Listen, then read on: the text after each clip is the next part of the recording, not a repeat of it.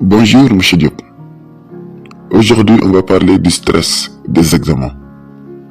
On a l'impression de voir beaucoup de cas d'échec au baccalauréat chez des candidats qui ont bien appris, mais qui, le jour de l'examen, ont tendance à oublier vite tout ce qu'ils avaient appris. D'où vient ce stress des examens, Monsieur Diop? Et quelles sont les répercussions qui peuvent découler de ce stress des examens qu'on voit chez les élèves? Le stress est le problème de tous ces candidats qui échouent chaque année au baccalauréat. Il y a des élèves qui sont bien, qui ont un très bon niveau, mais qui échouent toujours à l'examen. Ou bien même le jour du devoir, c'est comme s'ils n'avaient rien appris. C'est le stress souvent qui fait ça. Presque tout le monde est plus ou moins nerveux avant un examen, ou bien un devoir ou une évaluation. Le véritable stress des examens, en revanche, va au-delà même de la nervosité normale. Le stress des examens peut nous empêcher de nous souvenir des connaissances que nous avons. Dans le pire des cas, des symptômes physiques d'anxiété peuvent même apparaître, des crises de panique, un blackout et un échec à des examens scolaires ou professionnels importants. Le stress des examens, c'est un phénomène dans le milieu scolaire. Le stress des examens peut survenir dans toutes les situations dans lesquelles les performances personnelles sont évaluées.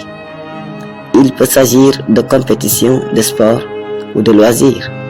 Cependant, les situations les plus fréquemment concernées sont les examens écrits ou oraux à l'école, pendant les études ou dans la vie professionnelle. Dans de telles situations, une légère tension peut même être bénéfique et mobiliser notre énergie. Mais si la peur est trop forte, le contraire peut se produire. Souvent, plusieurs jours avant l'examen, une forte agitation et des troubles du sommeil s'installent. Juste avant le test ou le devoir, la peur se manifeste physiquement sous forme de transpiration, de tremblements, de nausées, d'envie d'uriner ou de diarrhée. Le stress des examens peut se manifester aussi bien chez les enfants et les jeunes que chez les adultes. Le stress des examens chez les enfants et les jeunes. On constate que près d'un enfant sur 5 souffre de stress des examens. Souvent à une faible estime de soi s'ajoute la pression des enseignants ou des parents. Il y a des parents ou des enseignants qui aiment trop mettre la pression sur leurs enfants. Ce n'est pas bien et c'est très dangereux, ça cause l'échec. Il en résulte une grande crainte de ne pas satisfaire aux exigences. Cela paralyse littéralement l'enfant et, dans une spirale descendante, entraîne exactement ce qu'il redoute. Les hormones de stress augmentent. L'enfant n'a plus librement accès à ses connaissances. Cela entraîne une panique toujours plus grande ou un véritable blackout.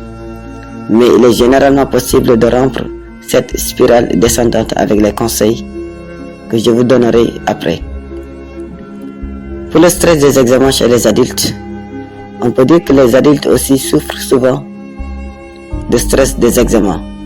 Ceux qui en sont affectés se sentent souvent extrêmement sous pression dans les situations d'évaluation, telles que les tests de recrutement au travail ou les examens ou les devoirs en classe pendant leurs études. Souvent, pourtant, cette pression vient de la personne elle-même. Elle peut résulter d'un perfectionnisme, d'exigences excessives envers soi-même ou d'une tendance accrue à l'autocritique. La possibilité d'échouer au test ou à l'examen se transforme en épée de Damoclès accablante et omniprésente. Maintenant, certainement, je vous donnerai des conseils pour changer d'attitude et des informations sur les moyens de combattre votre tension intérieure. Mais à vrai dire, M. Diop, qu'est-ce qui cause le stress des examens? Qu'est-ce qui fait que les élèves sont très stressés pour passer le baccalauréat ou bien même lors du devoir en classe? En général, le stress des examens n'est pas une peur de l'examen à proprement parler. Souvent, il dissimule plutôt la peur des conséquences d'un échec. On ne veut pas exposer ses points faibles ni se couvrir de honte. On ne veut pas avoir l'air stupide devant ses collègues, ses amis, ses camarades de classe, ses enseignants ou ses parents, ou bien même dans le quartier. C'est cette peur d'échouer aussi qui cause le stress. Parfois, les enfants ou les parents concernés ont également peur d'être considérés avec mépris, ridiculisés ou rejetés si le test se passe mal ou si ils échouent à l'examen. Dans certains cas, ce stress dissimule des expériences traumatisantes liées à une situation d'examen. La personne concernée a peut-être été ridiculisée par un enseignant à l'école pour avoir obtenu un mauvais résultat. Beaucoup de ces causes entraînent des pensées négatives. À la longue, des pensées comme « je ne vais pas réussir au test de toute façon »,« je n'aurai pas ce baccalauréat »,« je suis si nul et tous les autres sont tellement meilleurs »,« je ne l'apprendrai jamais » ou « je suis tout simplement trop stupide ». Ce genre de phrases ou d'expressions peuvent finir par devenir réalité. Cependant, il y a quand même des solutions qui aident souvent à lutter contre le stress des examens ou même à le surmonter complètement. Y a-t-il des répercussions sur les résultats de l'élève? Quelles sont les conséquences du stress des examens? Le stress des examens est source de nervosité et d'agitation. Il entraîne la sécrétion d'hormones de stress qui se manifestent souvent physiquement. Le pouls et la tension artérielle augmentent. Transpiration et tremblement en sont les conséquences. La bouche peut s'assécher et on sent souvent son cœur battre très fort. Certaines personnes concernées doivent sans arrêt se rendre aux toilettes avant un examen. Souffrent de maux d'estomac, de diarrhée, de nausées ou de grondements d'estomac.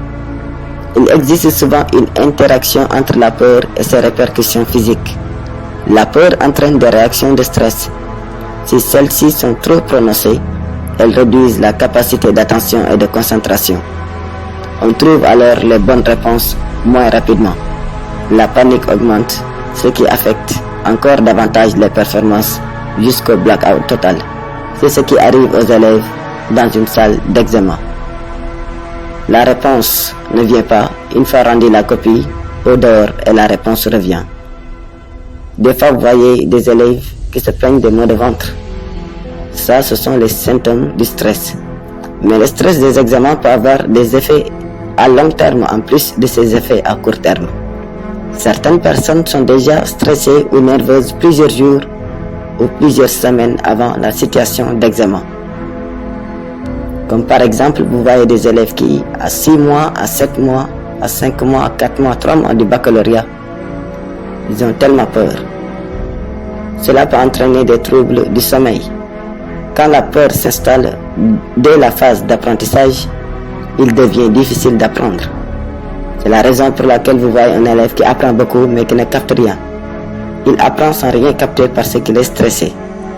Le stress permanent peut également entraîner des tensions dans le dos et la nuque, des maux de tête, un état d'irritabilité ou un état dépressif et des problèmes de concentration. À long terme, les hormones de stress peuvent même favoriser de nombreuses maladies telles que les maladies cardiovasculaires. C'est pourquoi il est important de combattre les formes sévères de stress des examens par des mesures appropriées.